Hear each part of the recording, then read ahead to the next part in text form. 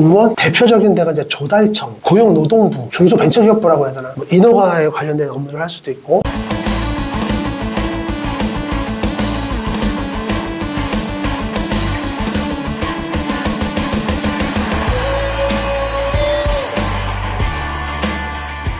공무원 얘기를 좀 해보려고 그러는데요. 뭐 우리 공무원? 기계직 공무원? 네. 너 공무원 요새 왜 그만두나 이런 거 묻지 마. 뭐 그거는 뭐 나 말고도 뭐 전문가들이 수두룩한데 뭐. 어쩌면 얘기할 때가 오지 않을까 싶은데 진짜 이번 시간에는 이제 흔히 공무원 그러면은 행정공무원을 생각을 하고 이제 그 동사무소에 있는 공무원. 맞아. 그거 아니면 뭐 고위공무원 아주 그냥 5급 이상의 그런 공무원. 그치. 뭐 장관도 공무원이니까요. 근데 그치. 그거 말고는 이제 별 생각을 안 하는데 이제 공무원 중에 기계직이 있잖아요. 또 이제 네, 선생님들 강의를 하고 계시고 그렇긴 하는데 이 기계직 공무원에 대해서 뭐 있다는 건 알아도 실은 무슨 일을 하는지 과목을 어떤 거로 하는지 뭐 잘 모르는 경우가 굉장히 많아서 지금 여기에 대해서 여쭤볼 게 많은데 일단은 그 기계직 공무원이 이제 어떤 건지 간단히 좀 소개를 먼저 좀 해주세요. 그렇구나. 나도 사실상 기계직 공무원이라는 이제 그 직군이 있는지는 그 나중에 알았어. 나도 뭐 처음부터 이렇게 뭐 알고 있었던 게 아니라 공무원도 기계직이 있구나라는 걸 알고 나서 강의를 나중에 하게 됐는데 일단 이미지가 어떠냐? 그 기술직 공무원 그러면 너 같은 경우는 어떤 이미지, 어떤 일을 할 것 같아? 네가 생각하고 있는 이미지 먼저 좀 얘기를 한번 해봐봐. 기계직 공무원. 일단 근데 뭐 기술직이니까 뭔가 좀 있어 보이는데. 있어 보여? 다행이네, 있어 보여서. 근데 그렇다 그래서 무슨 앉아서 뭐 설계를 할 것 같진 않고. 그렇지. 기계가 망가지면 가서 뭐.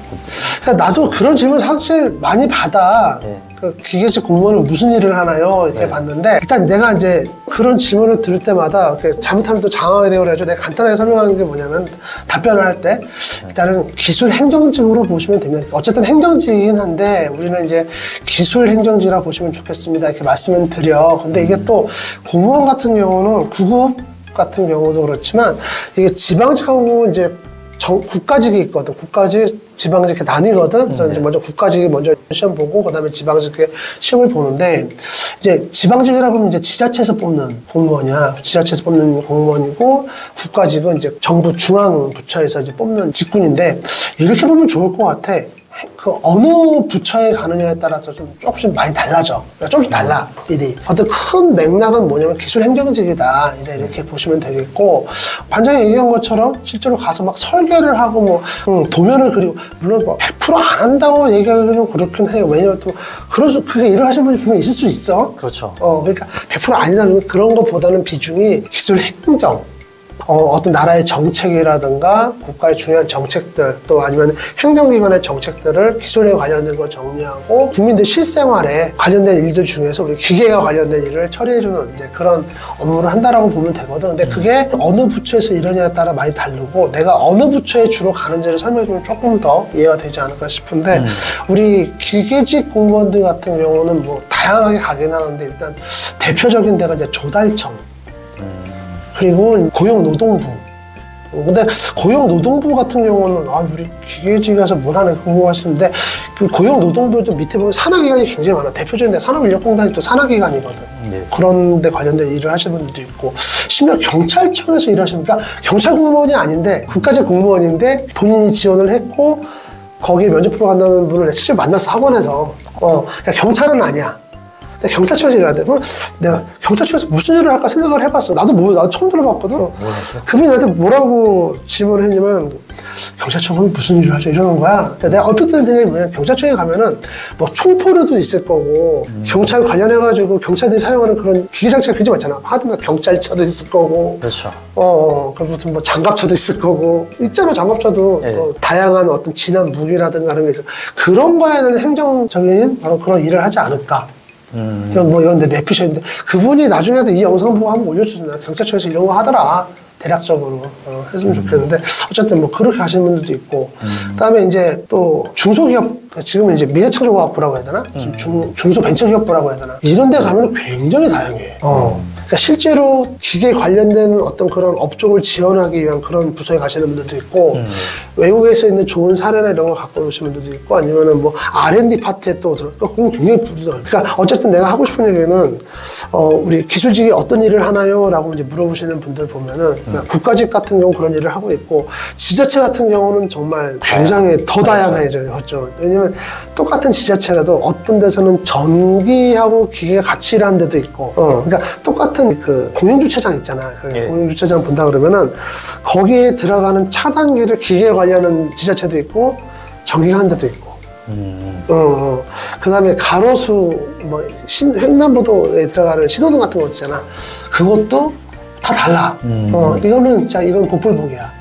근데 이제 공통적인 게 뭐냐면은 우리 그 기계직 공무원들 같은 경우는 업무를 하는 데 있어서 실제로 어떤 뭐 만들고 제작하고 이런 것보다는 뭐 인허가에 관련된 업무를 할 수도 있고 예. 뭐 인허가권도 행사를 할 수가 있고 이렇게 하는데 가장 중요한 건 뭐냐면 이제 일반 행정직 같이 불특정 다수에 노출되는 것 같지는 않아. 물론 이제 나도 그런 얘기 들었거든. 사이트에 어디 보면은 그 기계직 공무원 지금 되신 분이 올려주신 글이 있어. 그런 게 있었죠. 그분 얘기도 보면은 좀 이해가 되는 게 생각보다 민원이 많다고 들어 거기도.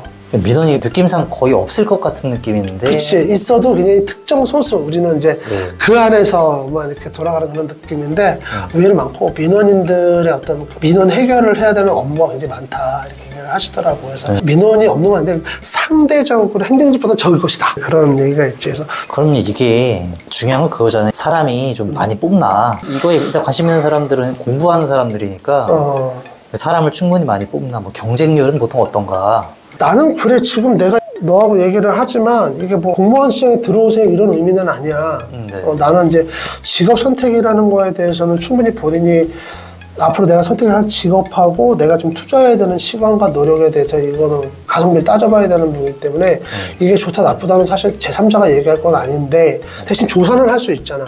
그렇죠. 조사하는 측면에서 본다 그러면은 일단 우리 기계직 공무원 같은 경우 2024년 올해 기준으로 한다 그러면 1,000명? 한 1,000명 남짓 지원을 했다고 해야 되나? 한 1,000명 남짓 지원을 했어. 근데 올해 몇 명 뽑았냐면은 59명 뽑았어. 근데 이게 올라간 거야. 이게 올라가. 작년 같은 경우는 46명 뽑았다, 작년에는. 많이 올라갔네요. 그렇지. 작년에 비해서는 많이 올라갔지. 근데 더 중요한 건 뭐냐면 작년에 지원자가 1,500명 정도 지원을 했어. 그러니까 올해는 59명을 뽑는데 1,000명 정도 지원을 했고 작년에는 46명을 뽑는데 한 1,500명 정도가 지원을 했으니까 경쟁률이 많이 떨어졌죠, 올해는. 엄청 떨어지는 거네요. 많이 떨어진 거지. 그 다음에 이제 그 전년도 2022년도? 2022년도 같은 경우는 그때는 이제 어떤 정부의 기조가 그전 정부의 기조가 이제 공무원들 많이 채용하는 기조로 해서 많이 뽑는다고 뽑았는데 한 68명 정도 뽑았고 그때는 근데 지원자도 많았어. 한 2,000명 넘게 지원을 했을 때 한 2,100명 내외로 이렇게 지원을 했던 걸로 기억이 나. 그러니까 그때는 많이 뽑고 많이 지원을 했고 지금 어떻게 보면 이제 내 입장 강사 입장에서 보면 이제 그 시장이 많이 줄어들었지. 그렇죠. 한 2,000명 지원했던 그런 시장이 지금은 이제 올해 기준으로 1,000명 정도 지원을 했는데 인원은 더 많이 뽑아. 그런 상황이니까 올해는 지금 경쟁률이 17대1 정도 돼요. 지원 그만 보게 되면 17대1 정도 되기 때문에 올해는 좀 꿈을 이루시는 분이 좀 많지 않을까. 근데 이제 이거는 뭐 내년은 사실 몰라. 내년에는 또 기계직이 몇 명을 뽑을지 모르는데 이거 지금 내가 얘기하는 건 또 국가직 기준이거든. 지방직은 내가 얘기를 못해. 왠지 아니? 왜 그러죠? 지자체가 다 달라. 어떤 데 안 뽑는 지자체들도 많아. 그러니까 완전히 뭐 일관성이 전혀 없으니까 이제. 그치. 그럼 내가 그걸 일일이 그 시도 다니면서 막 이렇게 추합하기도 솔직히 내 여력이 안 돼. 그래서 내가 지금 지방직은 얘기 안 하고 국가직만 얘기하는 이유가 그렇고 또 지방직 같은 경우는 그게 있어. 서울시만 빼고는 나머지는 그쪽에 연고지가 있어야 돼. 그러니까 또 이제 뭐 가고 싶다고 하는 게 아니니까. 그렇지. 그러다 보니까 내가 여기서 말할 계제는 아닌 것 같아. 그래서 어쨌든 뭐 이 정도 지금 뽑고 있고 올해 시험 보신 분은 좀 좋지 않겠는가. 합격의 어떤 비전이 다른 지금 과거 어떤 해보다 많이 올라간 상태야. 그럼 이게 또 이제 또 이런 얘기를 들으면 그러면 경쟁률이 좀 낮으니까 내년엔 내가 좀 시험 봐야 되겠다 했더니 또 이제 경쟁률이 또 어떻게 될지. 그러니까 말이야. 이게 우리가 언제 그 영상을 찍었냐면은 너랑 나랑 예전에 우리 이렇게 막 뒤에 천막 같은 거 그림 쳐놓고 막 나 작업복 입고 그랬던 시절이 있었죠. 그랬던 시절이 있어. 그때 어떤 얘기냐면 그 공무원 경쟁률 떨어진다고 네가 나한테 질문을 했어. 근데 이걸 기회라고 좋아하는 애들이 있더라. 나 몰랐는데 막 이러면서 그런 얘기 했었잖아. 그때 준비하셨던 분들은 지금 이런 사태가 온 거야. 그러니까 이런 사태라기보다는 이런 기회가 온 거지. 그렇죠. 경쟁률이 떨어지니까 이런 상황이 온 거야. 그러면은 어찌 보면 이 시험은 기계직만 아니겠지만 복불복이 좀 있는 거예요, 또 어찌 보면. 아유, 당연하지. 내가 열심히 하는 게 전제가 돼야 되겠지만 무조건 열심히 한다고도 되는 게 아니라 상황에 따라서 그러니까 되기도 하고 떨어지기도 하고. 내가 봤을 때는 올해 시험 보신 분들은 그 다른 해보다는 좀 합격의 강점이 높아지신 분들이 있고 좀 그런 부분이 좀 보이기는 해. 어쨌든 뭐 좋은 결과가 다들 있었으면 좋겠다 이런 생각은 들어.